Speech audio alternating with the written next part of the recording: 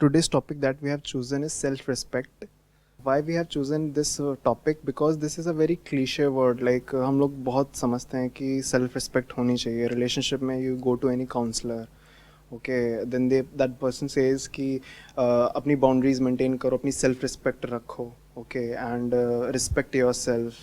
ये हम लोग ने इतना ज़्यादा सुन लिया है, but we don't know what is it exactly. I mean हम लोग अलग अलग हर जगह फिलर्स में ये वर्ड यूज़ कर देते हैं, ठीक है, बट इसके डिफरेंट एस्पेक्ट्स में डिफरेंट मीनिंग होती है. So we are not able to come to a common conclusion कि what is self respect actually. Sir हम जब ये जान जाएं कि हाँ व्हाट इज़ सेल्फ रिस्पेक्ट, अभी तो हम इसी में क्लियर नहीं हैं. If we know what is self respect then हम जानेंगे कि हाँ अगर हमारे अंदर ये कमी है, हम जानते ही नहीं तो हम उस चीज़ को फुलफ़िल कैसे करेंगे. हम पहले जानें कि क्या है वो चीज़, देन अच्छा हम कहीं किसी क्वालिटी में लैक कर रहे हैं तो उसे और अपने अंदर इनकलकेट करें, किस लेवल तक इनकलकेट करना है वो जानें. So that is my question. Sir self respect जैसे कि इन्होंने कहा है कि हम अपने आप को समझें उस चीज़ में, और एक फैक्टर सेल्फ रिस्पेक्ट का ये आता है कि we are seeking a lot of external validation if we are lacking self respect. तो इसमें कहाँ तक सेल्फ रिस्पेक्ट का रोल है, और क्या हम वैलिडेशन सीख करना बंद कर देंगे आफ्टर वी आर मतलब completely self respecting our self. तो यहाँ से सेशन को शुरू करते हैं. What is self respect? जब हम बोलते हैं सेल्फ रिस्पेक्ट तो इसमें दो वर्ड्स आ रहे हैं, एक है सेल्फ, एक है रिस्पेक्ट. सेल्फ का मतलब क्या है कि fundamentally we are all at the same level. हमें सामने वाले के साथ में वैसे ही बिहेव करना है जैसा कि हम चाहते हैं कि वो हमारे साथ में बिहेव करे, और ऐसे ही हमें सामने वाले को क्लियर करना है कि ये बाउंड्री है, इसको क्रॉस नहीं करना है. क्योंकि एक बार वो क्रॉस हो जाती है तो वो फिर कहां तक जा सकती है उसकी कोई लिमिट नहीं है. तो एक तो हमने सेल्फ को डिफाइन किया, विच इज उसकी जो फाउंडेशन है दैट इज इक्वालिटी, और रिस्पेक्ट की जो फाउंडेशन है दैट इज फेयरनेस. क्योंकि एक रिलेशनशिप का मतलब यही होता है, चाहे वो रिलेशनशिप हो चाहे पार्टनरशिप हो, एक गिव एंड टेक होता है, दोनों को एक दूसरे से कुछ चाहिए होता है. तो जब तक वो फेयरली हो रहा है कोई दिक्कत नहीं है. फॉर एग्जाम्पल इंडिया में बहुत कॉमन है एक टर्म हाउसवाइफ. तो अगर कोई है जो कि घर को मैनेज कर रही है तो वो छोटी चीज नहीं है, इनफैक्ट वो सबसे बड़ी चीज है. अब अगर हम ये बोल दें वो सबसे बड़ी चीज है और वो अपनी इस पोजीशन को डोमिनेट करने लग जाए मेरी इस बात को सुनकर के, वो भी गलत हो गया. क्योंकि वो क्या मैनेज करेगी अगर पैसा ही नहीं है मैनेज करने के लिए. तो पैसा भी इंपॉर्टेंट है और घर को मैनेज करना भी इंपॉर्टेंट है. घर में क्या आ गया, घर आ गया, बच्चे आ गए, जो भी कुछ घर से रिलेटेड है वो सब कुछ आ गया. तो अगर दोनों इस बात को समझते हैं कि हम दोनों मिल करके लाइफ में आगे बढ़ रहे हैं and we are equal partners, तो फंडामेंटली जो ये प्रॉब्लम है सेल्फ रिस्पेक्ट की, ये कभी नहीं आएगी. इनफैक्ट अगर किसी को पनिश भी करना है तो उसका भी एक तरीका है. वो तरीका क्या है कि अगर आप खुद उस पोजीशन में हो तो आप क्या चाहते हो कि आपको कैसे ट्रीट किया जाए. हमने भी तो बहुत गलतियां करी है, किसने नहीं करी. तो जब हम गलती करते हैं हम क्या एक्सपेक्ट करते हैं कि सामने वाला हमको समझे, बट हम नहीं समझते हैं.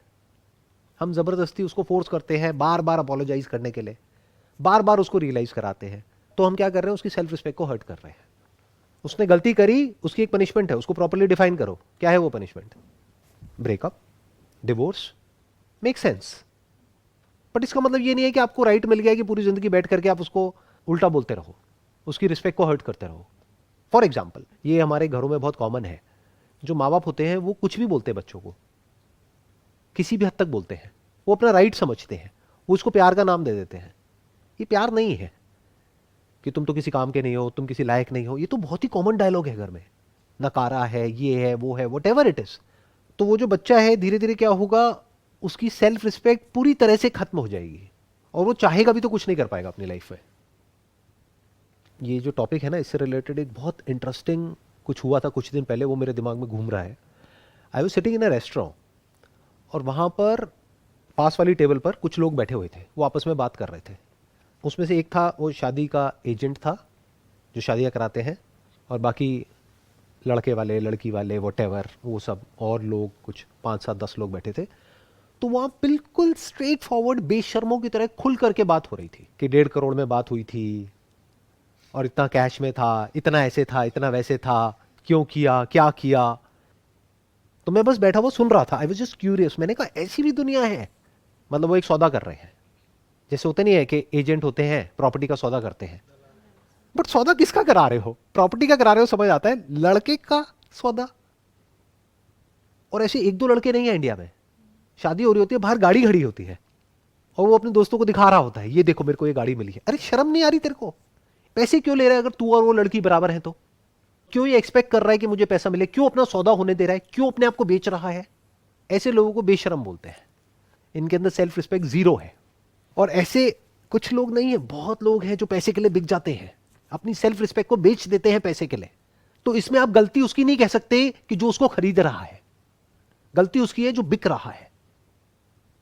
मानो लड़की वाले ने लड़के को खरीदा अपनी बेटी के लिए, अब वो बेटी उस घर में आएगी, आ करके सुनाएगी कि तेरी कमाई की गाड़ी नहीं है, मेरे बाप ने दी है। तो अब क्या उसकी सेल्फ रिस्पेक्ट हर्ट होनी चाहिए? नहीं सर, जब पहले नहीं होनी तो चाहिए, अब भी नहीं सर। क्योंकि वो इस लायक ही नहीं है। आप समझ गए? उसने बेची है ना, सौदा किया है ना अपनी सेल्फ रिस्पेक्ट का। अब किस बात की सेल्फ रिस्पेक्ट? आप समझिए कितना कॉम्प्लिकेटेड है। सेल्फ रिस्पेक्ट वाला इशू देखने में बड़ा सिंपल और स्ट्रेट फॉरवर्ड लगता है, इतना स्ट्रेट फॉरवर्ड है नहीं है।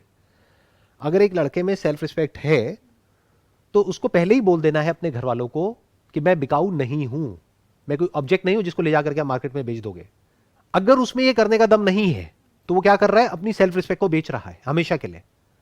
अब अगर उसकी शादी में कोई आता है मेरे जैसा आदमी और आकर के उसके मुंह पे बोलता है हाँ भाई कितने का बिका तू? 1.5 करोड़ में। अरे लगता तो नहीं है, तू तो 1.5 रुपए का भी नहीं लगता मेरे को, तेरे को 1.5 करोड़ किसने दे दिया? जैसे बोलते ना गाड़ी के लिए कि सेकेंड हैंड गाड़ी है, ये तो 1.5 लाख से ऊपर की नहीं है, बुरा हाल है। तो उसको बुरा नहीं मानना है वहां पर, और मुझे वहां जाने की भी जरूरत नहीं है, मैं बोल रहा हूं। इसका छोटा सा एक क्लिप बनेगा और उसके जो दोस्त हैं वो उसको फॉरवर्ड करेंगे उसकी शादी से एक दिन पहले, मजा आएगा। तो उसकी सेल्फ रिस्पेक्ट हर्ट नहीं होनी चाहिए, क्योंकि उसकी सेल्फ रिस्पेक्ट है ही कहां। सर ये कैन वी से कि self respect is all about standards that you set about yourself? Self respect is all about equality. It's all about fairness. You must be fair with the other person. Whether it's a relationship of an employer-employee, whether it's a relationship of two people living together, or who got married, तो वहां पे equality होनी बहुत जरूरी है। आपको ये समझना है कि जो सामने वाला पर्सन है वो और मैं एक्चुअल में इक्वल है, बाहर से दिखाने के लिए नहीं। मान लो आप वर्किंग हो, आपकी जो वाइफ है वो हाउस वाइफ है, तो आप दोनों इक्वल हो। ये नहीं है कि वो हाउस वाइफ है तो आप कुछ भी उसको बोलने लग जाओगे या उसको जाकर के इंसल्ट करोगे या कुछ उल्टा सीधा बोलोगे। इसका मतलब क्या? आपके खुद के फंडे क्लियर नहीं है। तो इसकी शुरुआत कहां से होती है सेल्फ रिस्पेक्ट की? कि आपके खुद के फंडे क्लियर होने चाहिए, दैट इज वन। बट आपके फंडे क्लियर है और सामने वाले के नहीं है, अब क्या करोगे? Take a stand. हम अभी बात कर रहे थे जैसे इंडिया में पेरेंटिंग की, कि हम जनरली हमारे यहाँ पेरेंट्स होते हैं, एल्डर्स होते हैं। समटाइम्स व्हाट हैपन्स, जब हम मिस्टेक करते हैं and we are pointed it out whether by our elders, चाहे रिलेशनशिप्स में हो, तो हम वहाँ एकदम से हम शट हो जाते हैं। हम या तो चुप हो जाते हैं एकदम, या गुस्सा हो जाते हैं, या गुस्सा हो जाते हैं। तो चुप हो जाते हैं तो अंदर से गुस्सा हो जाते हैं। हाँ, चुप होके शांत हो जाते हैं। हम अपने आप को अंदर ही अंदर डिमीन करने लगते हैं। Okay, we have made this mistake, now we have to listen to it, it's done. हाँ, तो उनसे आप बड़े पोलाइटली आराम से बात कर सकते हो कि मैंने माना मेरे से गलती हो गई, बट गलती तो आपसे भी हुई होगी कभी ना कभी लाइफ में।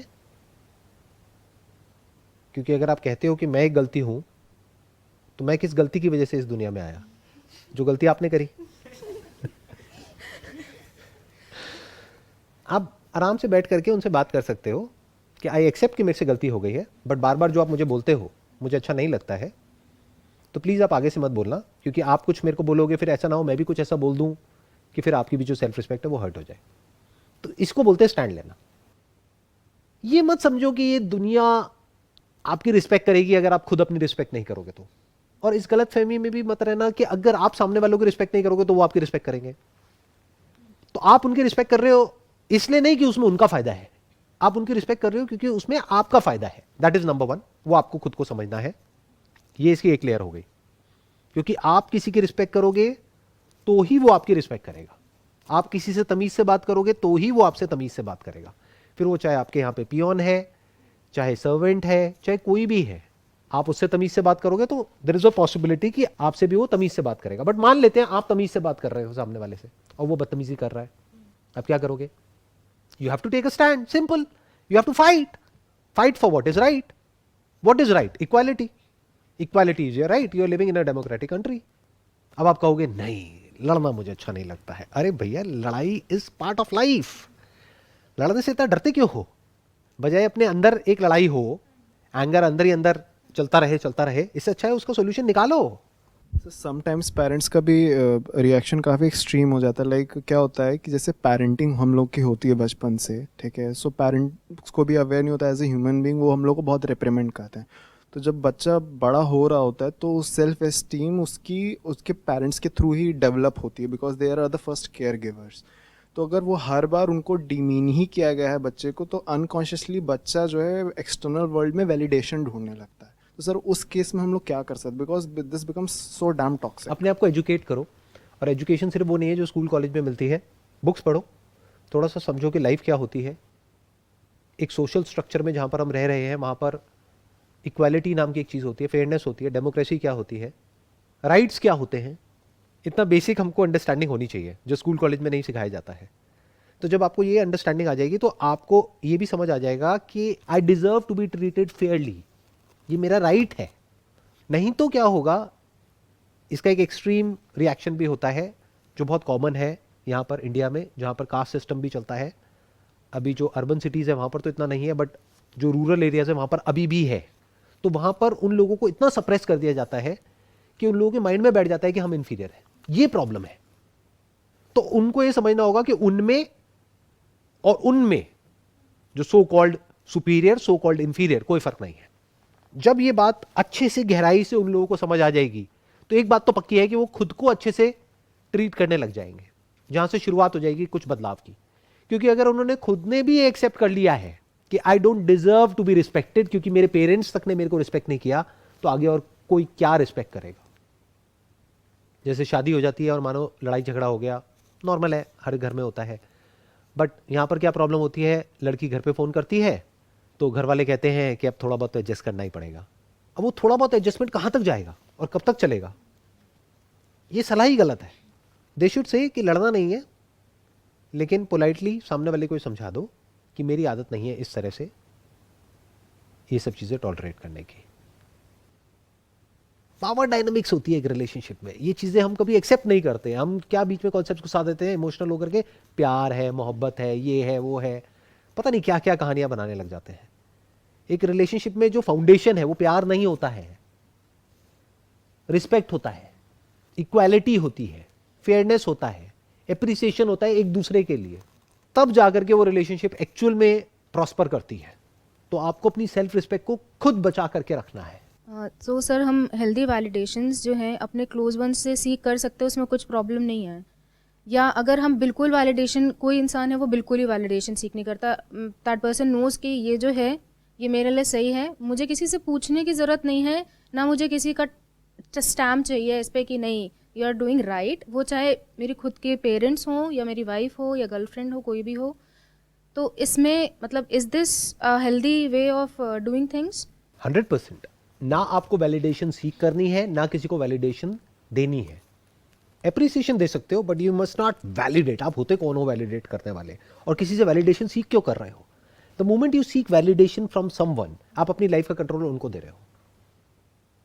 For example, if I seek validation in what I am doing, तो आपको क्या लगता है कोई वैलिडेट करेगा मेरे को ये करने के लिए जो मैं अभी कर रहा हूं? आज क्या डे है? वेडनेसडे, वर्किंग डे, और हम यहाँ बैठे हैं